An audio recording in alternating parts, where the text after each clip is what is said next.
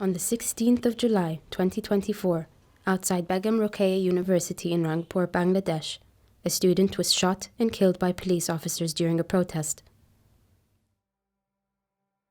His name was Abu Saeed.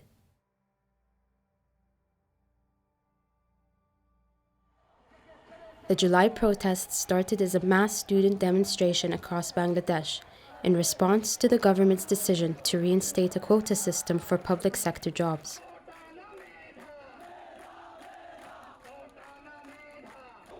Frustrated with the inequality and diminishing economic opportunities, protesters called for a reformed quota structure.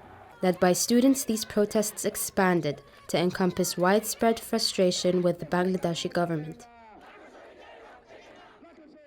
Abu Saeed was at the forefront of these protests.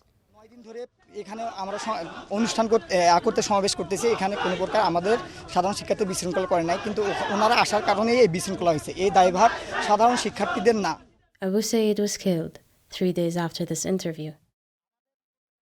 Following his death, Bangladesh's Prime Minister at the time, Sheikh Hasina, denied the state's responsibility.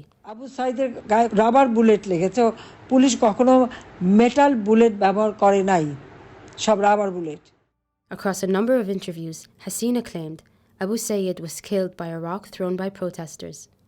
Police had only rubber bullets during the incident, and Abu Saeed's fellow protesters took 4 to 5 hours to take him to the hospital. Together with Drik Picture Library in Dhaka, Forensic Architecture conducted a visual analysis to investigate the circumstances and claims surrounding Abu Saeed's death. His killing was documented by several cameras.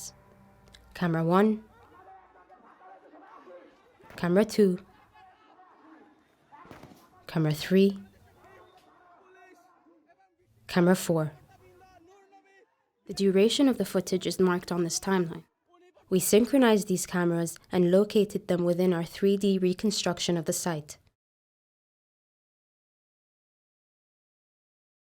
Footage from Camera 1, a CCTV camera near the entrance of Begum Rokeya University, provided an uninterrupted recording of the event around Gate 1. At 2:12 p.m., we observe protesters visible on the street outside the gate, and police can be seen surrounding the university gate, using it as a base. An officer fires his weapon towards protesters just off camera.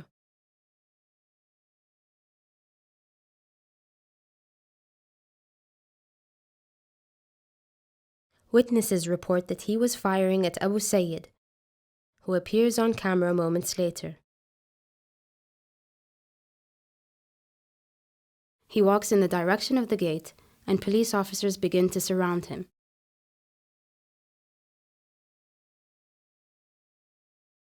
Throughout the beating, Abu Saeed can be seen with his hands up.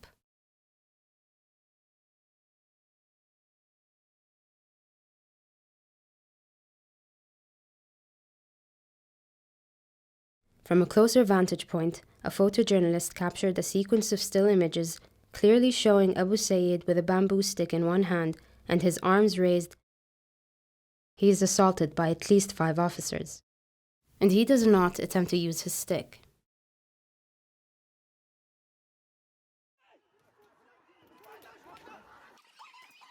The police officers then move back into the university. Over a minute after the beating, blood is visible on the back of his neck. Then, more police officers move into the university. At 2:15 p.m., a protester on a megaphone speaker appeals to the police not to shoot at them.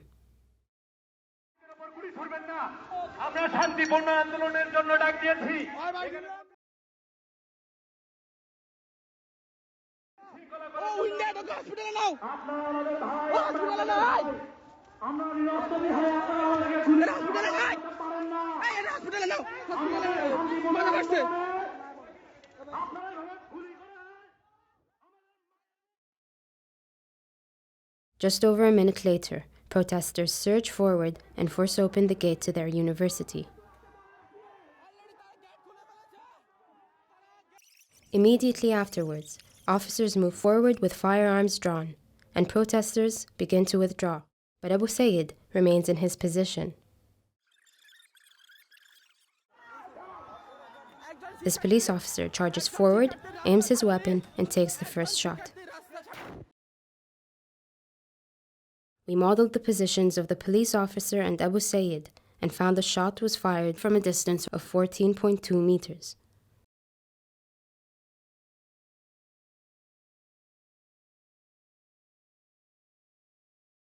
The weapon is a 12-gauge shotgun. And the shotgun cartridge is visible on the floor around the officers. This cartridge matches the type of weapon used and is likely the same kind that was fired from the gun that shot Abu Sayyid. Each cartridge contains lead birdshot and holds approximately 360 pellets per shell and is prescribed by international human rights conventions, directly contradicting Sheikh Hasina's claim that rubber bullets were used. According to a UN report on the protests, the physician's own examination of the medical evidence, including photos of the body, found shotgun wounds with at least 40 metal pellets on the right side of his chest and 50 on the left. The ground was also scattered with empty tear gas shell casings, indicating the use of multiple weapons.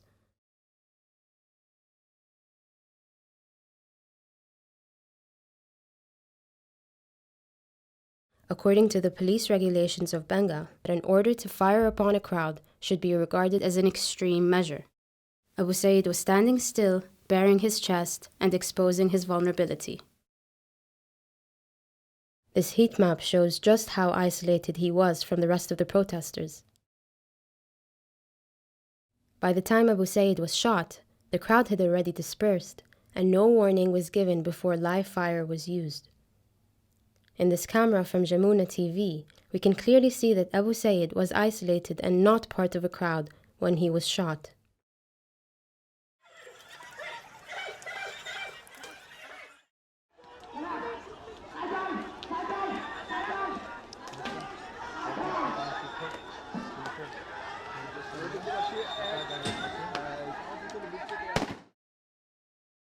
Furthermore, footage from the moment Abu Sayyid was first shot captures the imprint of the shot on his t-shirt.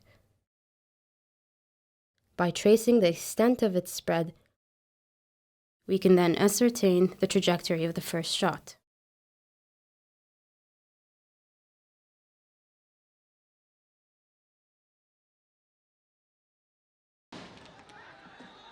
Six seconds after, two officers take aim. The second shot is fired at 2:17 and 26 seconds. The third shot follows just immediately after.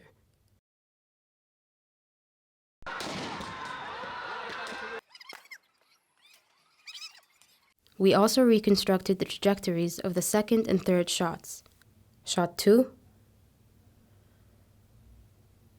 shot 3,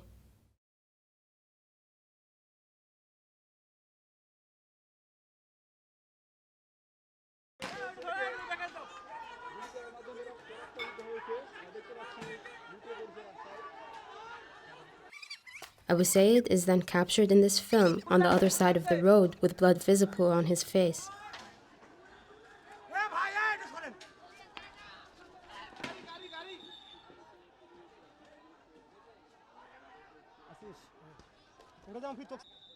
He then collapses and is taken to the hospital by protesters at 2:18 p.m. According to his death certificate, he was brought dead to the hospital at 3:05 p.m., 47 minutes after he was carried to hospital. This directly contradicts the Prime Minister's claim that protesters took 4 to 5 hours to get him to the hospital. We were able to confirm that 2 of the 3 shots hit Abu Sayyid. The first hit his abdomen. The second is likely to have also hit his abdomen. And the third shot hit his face. Our analysis shows that Abu Sayyid was a victim of a deliberate extrajudicial killing by the police. Our findings also refute the claims that Abu Sayyid was struck by rubber bullets or killed by a rock thrown by protesters.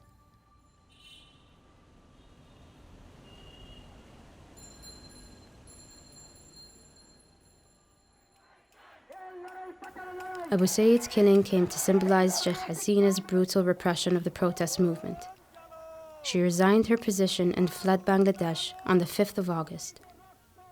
In honor of the July protests, the day became known as the 36th of July, 2024.